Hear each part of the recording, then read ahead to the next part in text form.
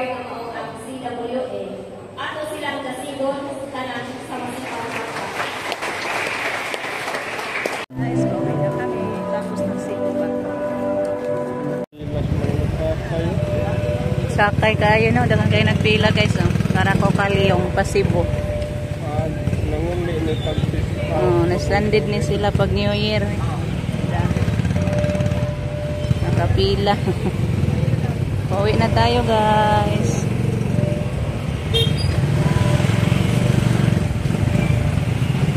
Hello, guys. Ayan, dito na ako sa bahay. Dito na tayo sa bahay, guys. Dali-dali akong nanguha ng mga gulayo nun, guys. Magulay tayo, magsabaw. Lagyan natin ng isahog natin yung ating piniritong natira kagabi, guys. Yan, presko talaga yung gulay natin kuha sa garden natin, guys. Mga tanim. May malunggay ako, guys. Oh. Yan, may kalabasa, may talong. Dalawang talong yung doon sa sagingan. Namunga pa din sila, kaso dalawa lang yung malaki-laki. Yan, ito yung alubati. So, ito muna yung gulayin ko, guys, sa ngayon. So, ihanda ko muna to. Balikan ko na lang kayo, guys, pag magluto na tayo. So, ito na. Luto na yung natin. Talong at saka kalabasa. So, ilagay na natin yung ating malunggay, guys. At saka alubati. Tapos ko na siya natimplahan, guys. Lagyan ko na siya ng asin at saka bitsin konti. Ipaibabaw na lang natin itong ating mga inihaw na tamban. Kasi dami-dami pa to, guys. Dagdag panlasa sa ating gulay. So, yan.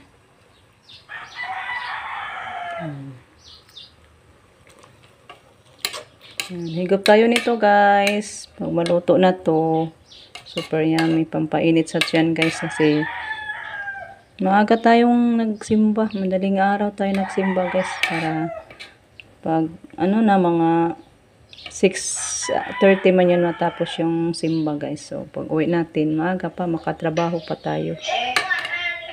So, yan.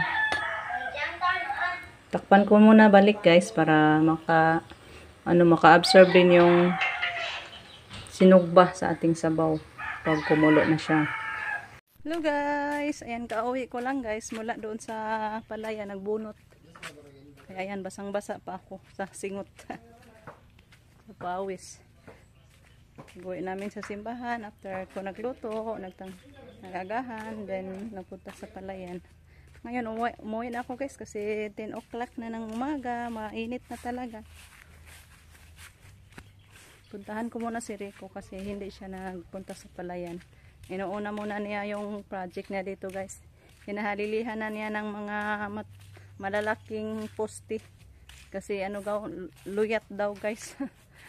Parang huyang ba. Yeah, binago niya. Ayan, si Rico. Malapit na pala siya matapos. Ayan, laki-laki na, guys. Adik na siya mauyog ang. Yung mga poste niya, mga malalaki na, guys. Ayan. Ayan, kunin daw niya to. Mga ito, guys, kunin daw niya. Tanggalin niya. Binago niya mga poste. Pinaglaki niya. Kawayan na din yung pinaglagay niya sa hindi na yung mga kahoy na Ang saan mo rin kahoy? Bughaon? Magamit pa di ay. Gamitin pa daw niya, guys. Abangan na lang natin saan ito gagamitin niya yung mga kahoy na pinag-iba niya. Walang katapusan yung project ni Rico, guys. Pabago-bago kasi. Kasi siya ba? Baka daw mga bali yung mga kahoy na maliliit pag puhon-puhon magbunga na yung niya. Project niya ang palaya. Lagyat pa mangyapon lagi kawayan mauyog-uyog man.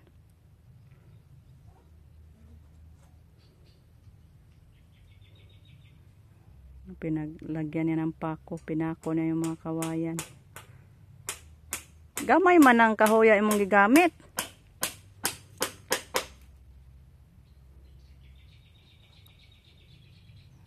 Ligon na yung mga kawayan, guys. Ito, pangkunin pa niya to guys. Kunin to niya mga kahoy. Aho na lang yung pangtangtangon ng kahoy. Ganahan mo. Ha? Yan, magkata na naman ng mga lalaki ng manok guys. Luto na tayo ng ginataan ng manok na Bisaya guys. Guys, Pakain natin sa ating mga magulang guys kasi gikan sila sa garden guys. hindi na sila mag-alanganin sa mga kainin guys. Kami na bahala. Yung basura kanina, wala nalabay. Naana po diha nga pisika. Isbo gamay. Ayan ka Kasi dong. sa ko tayo magbukbok. Ayan ka dong. Sa kakilo na dong ka, mayroon lagi. Meron. Mga tunga, kumanday na. Na. Mudaghan na nagtunuan. Tay, kapayas noy. Ayan guys, grabe si Justin nakakuha ng sili guys. Ang dami. Anghang siguro nito guys. Yan po yung bunga sa ating espada. Ang ganda-ganda talaga guys. Kaso konti lang yung tanim natin. Pang konsumo lang. Nag-ano pa muna tayo nito guys. Tanim tayo ng marami. I-interval natin doon sa ano. Yun sa taniman ni Rico. Uy, hinog naman di ay. Hinog pala yung papaya nila guys. Wow, sarap guys. Sa niloto ng mga boys. Kain tayo guys. Hinog mo lang. Hello guys, puntahan muna natin si Rico. Hindi pa din umuwi guys. Kapit na magdilim. Kasi ako uuwi ko lang din mula nagpunot ng ano guys. Damo doon sa ating palayan. Yan yung kamay ko guys. Oh. Nangingitim. Nangingitim sa ano. Kamot. Pagkakamot.